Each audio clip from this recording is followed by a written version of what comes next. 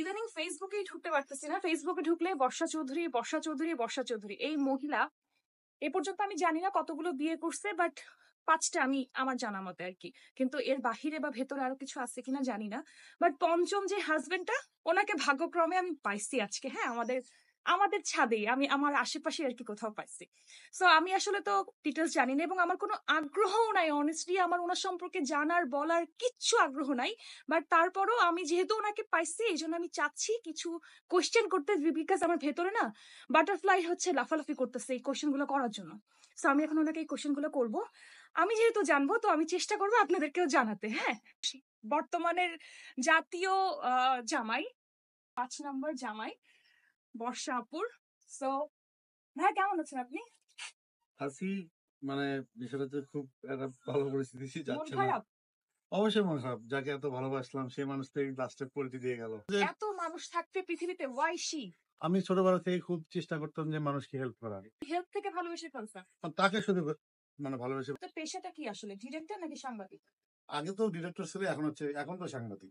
আপনাদের পরিচয়টা কতদিনের? 7 বছর। প্রেম হলো কবে থেকে?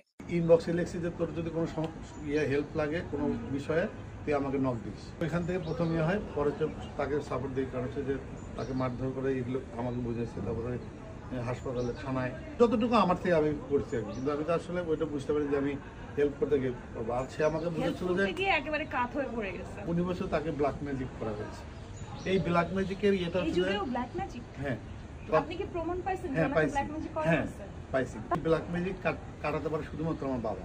রাসেল মিয়া, হেলেনা জাহাঙ্গীরকে দেখলে জ্ঞান হারায়। তার তো ফেসবুক হচ্ছে যে 6 লাখের মতো ফলোয়ার ছিল, ব্যাপক পরিমাণ ওটা ভাইরাল ছিল। যখনই রাসেল মিয়া আর ওদের যে জ্ঞান, আমারটা যখন এখন বর্তমানে যা চলছে, ঠিক এটাই হচ্ছে রাসেল মিয়া, হচ্ছে হেলেনা জাহাঙ্গীর আর বর্ষা চৌধুরী ছিল। যখন দেখলাম যে দেখে জ্ঞান হচ্ছে, ওকে নিয়ে আবার আপনি তো এখন তো 4 তলায় উঠলেন হেঁটে, একটা মেয়েকে যখন কোলে তুলে উঠবেন, সেটা যখন হচ্ছে যে সে স্যালাইন দেবো, তার আসলে কোনো রক খুঁজে পাওয়া যাচ্ছে না। পরে আমাকে বলে ধরলাম, ধরার পরে দেখবে যে ধরলে কিন্তু রকটা ভেসে ওঠে।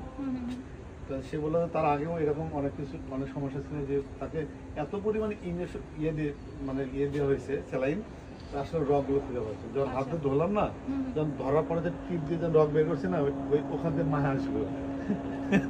সো মূল ঘটনা হচ্ছে, কারোর হাতে অনেক সুই, নিডলের পুশ দেখে, ওইটা দাগ দেখে কারো সিম্প্যাথি জেগে উঠলো, এই সিম্প্যাথি থেকে ভালোবাসা চলে আসছে। মানে ইমোশন কাজ করছে, আপনার সিম্প্যাথি কাজ করছে। বাট আপনি যখন জানেন তার পেছনেও এতগুলো ইনসিডেন্টস আছে, তার বাচ্চা আছে, তাকে নিয়ে এত রিউমার, তাকে নিয়ে এত কন্ট্রোভার্সি হচ্ছে, তাহলে ওয়াই শি? মানে অন্য মেয়ের প্রতিও আপনার সিম্প্যাথি। আমি একটা কথা বলি শুনুন, সেটা হচ্ছে যে তার কি ছিল সেটা বড় কথা না। আমি তাকে যত দূর থেকে চিনি, আমি তত দূর থেকেই তো আমি তাকে ইয়ে করবো। আপনি দেখেন দেশে শীর্ষ সন্ত্রাসী আছে, তাদের মধ্যে প্রেম আছে, তাদেরও ছেলে মেয়ে আছে। হ্যাঁ, তাকে বোঝানোর চেষ্টা করলাম যে আমি তোর প্রতি উইক, বলতে সত্যিটা বলার পরে তখন আর বিয়ে করিনি। আমি 2 দিন হচ্ছে যে হাসপাতালে ছিলাম ওনার সাথে। ওনার ফ্যামিলি মেম্বার অনেক ছিল। আমি যেটা বলবো এখন যেটা মনে হচ্ছে, মানে সে এই ঘটনাগুলি এমন ভাবে ঘটাচ্ছিল রাসেলের সাথে বিয়ের পরে, টোটাল ফ্যামিলি তার থেকে হচ্ছে নাই হয়ে গেছে। এখনো তাকে ভালোবাসেন? অবশ্যই। তাহলে আমি আজ